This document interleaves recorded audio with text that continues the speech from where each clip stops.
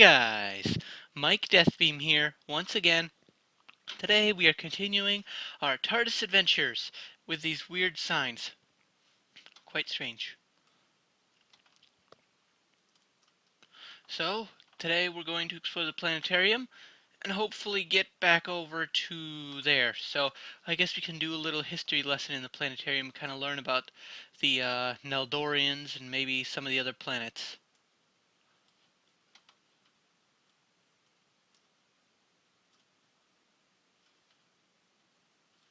Here you will find all known planets, their coordinates, and a brief description of them. Pharosin Sodera system. Pharosin is a dirt planet with one moon. Annulum Sodera system. Annulum is a gas planet with rings. Normus system. Normus is a barren stone planet with pretty much nothing on it.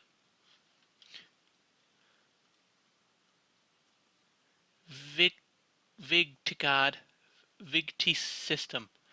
Vigtigad is home to the Quarry race, an ally of the humans. Vigtigad is a water-filled planet, since the Quarry are a marine race. Rashnoka, Sinvwaka system, home to the Neldorians. Ferrum, Sideris system. Ferrum is a popular mining planet. It has rich iron deposits. I guess there are more than one races. So there's Neldorians, Quarry, and Rashi. Let's go ahead and read those. Info 3.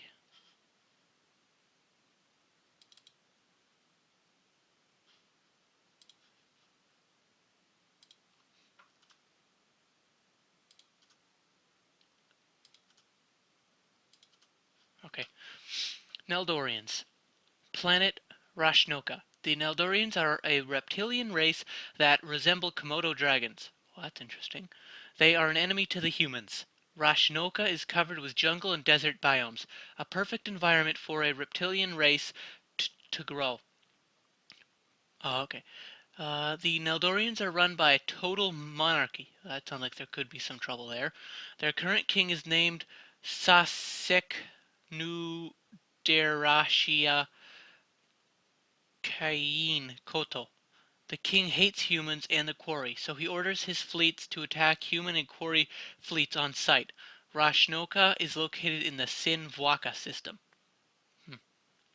I'd say he doesn't like him very much, and that could sounds like that could end up in some trouble.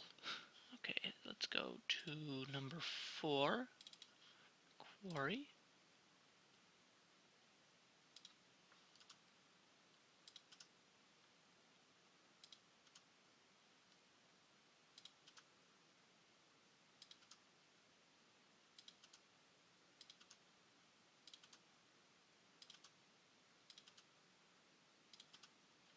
Okay, this one's a little bit longer. The Quarry, planet Vigtigad.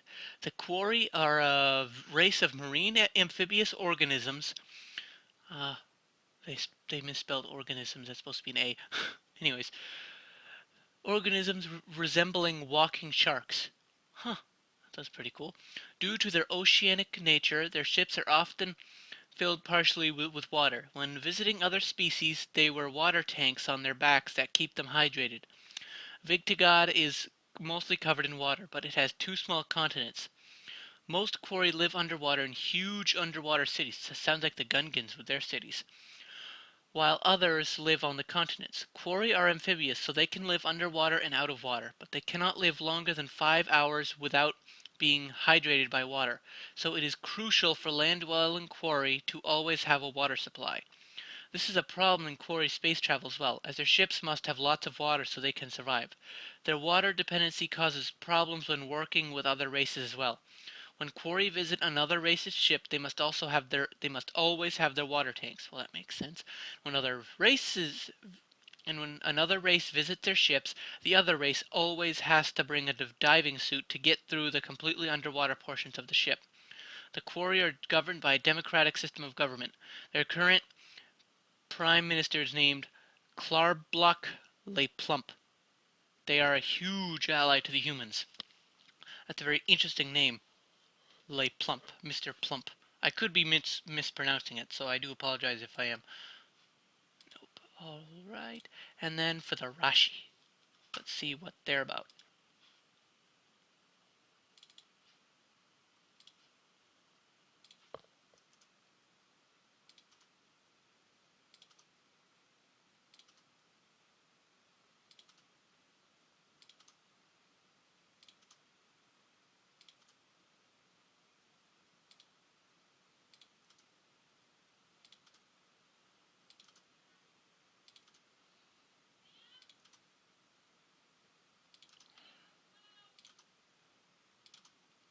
Alright, this one's long.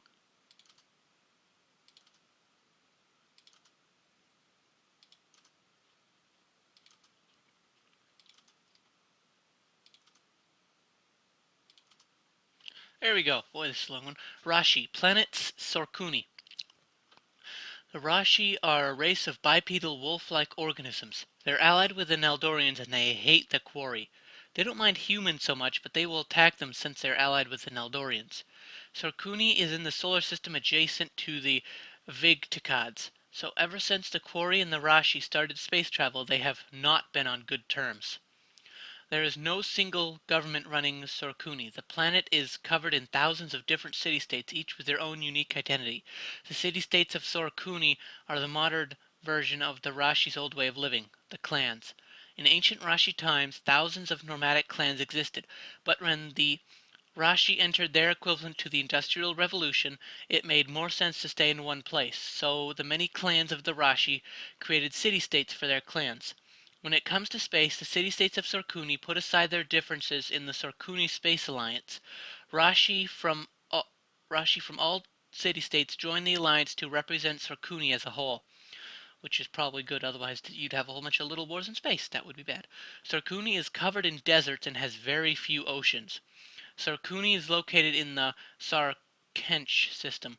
Rashi's spaceship technology is much different than the way most races build ships. Rashi ships have no front or back.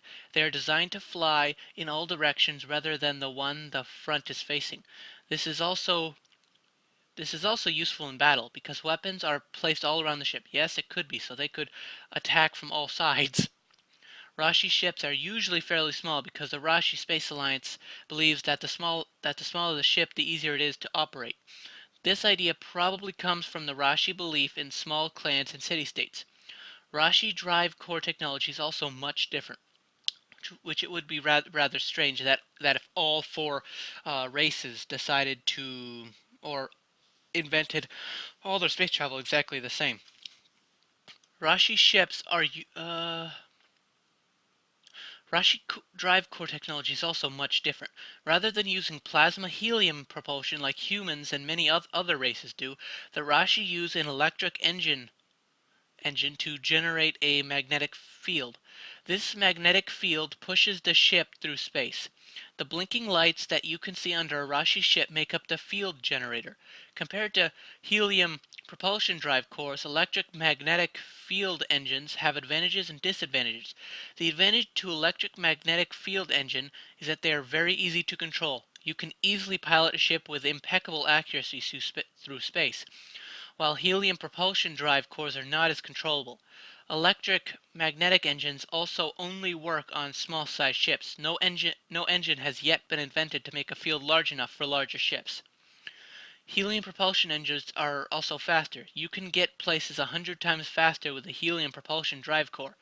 The Rashi prefer electric magnetic field engines because they do not do much exploring. They generally stay in their system or the next system over, so going fast isn't necessary, and that makes sense.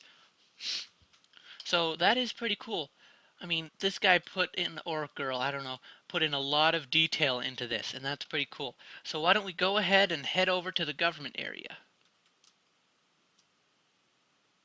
And that's some pretty cool things. So there are 4 different races: humans, Rashi, Kori, and the Neldorians. Okay. To government area. Sorry if it's laggy. Well, I know it is laggy, but I'm sorry about the lag. Wonder what that is. To ship deck. Cool. So we can go look at the ships after we go to the government area. Sorry if there's a lot of reading, but I think it's pretty interesting. I mean, because there's a lot here. I guess that the Tardis really thought that these people need our help. I guess the Neldorians cause a lot of trouble. Government area.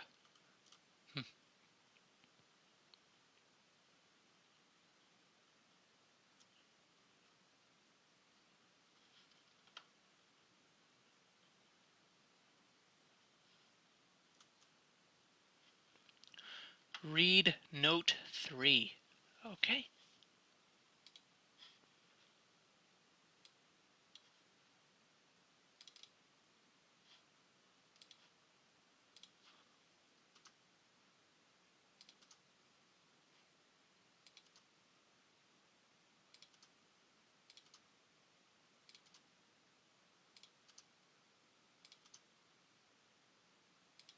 Okay.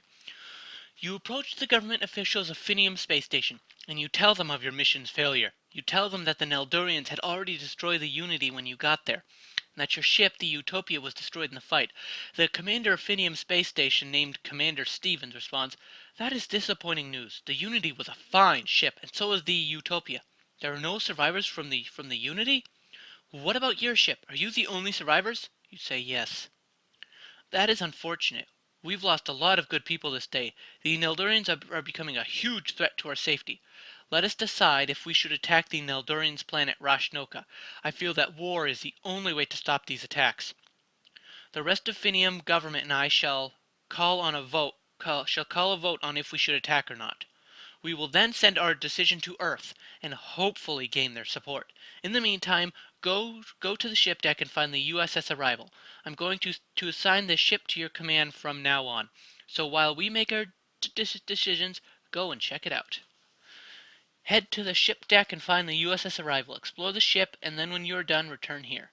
All right. Well, then let's go. So I know that most of our time we spent in the planetarium reading, but I think it's kind of good to get that information, just so we don't go and like, hey, there's another race. I didn't know that. Just good information, kind of find out who our allies and enemies are. That's good. I like that. To ship deck. Let's go ahead and take a quick peek at our ship.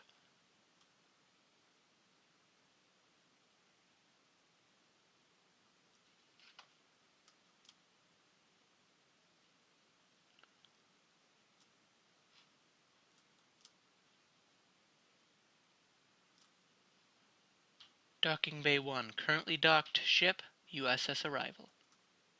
Alright.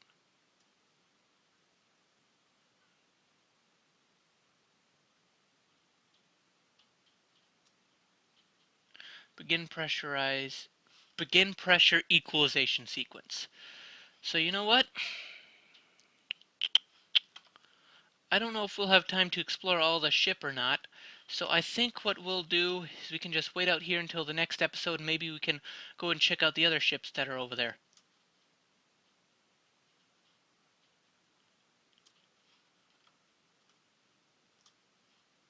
So see if we can't see the other names.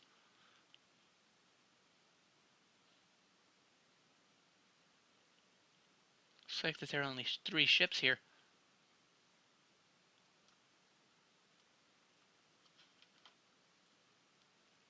Docking Bay 2. Currently docked ship, USS Enterprise. That's not surprising. That ship is everywhere. Currently docked USS Pooley. We'll have to check out those ships. I think that we'll check out the USS Enterprise and the USS Pooley before we go to our ship, because after we go to our ship, we'll go ahead and head back over to the government area. So I thank you guys for watching.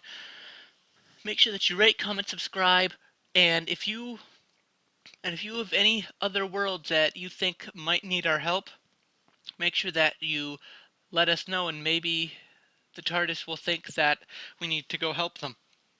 Who knows? Anyways, I want to thank you guys for watching. Make sure rate, comment, subscribe, all that fun stuff. And if you have any suggestions, make sure to let me know, and I will see you guys later. Bye.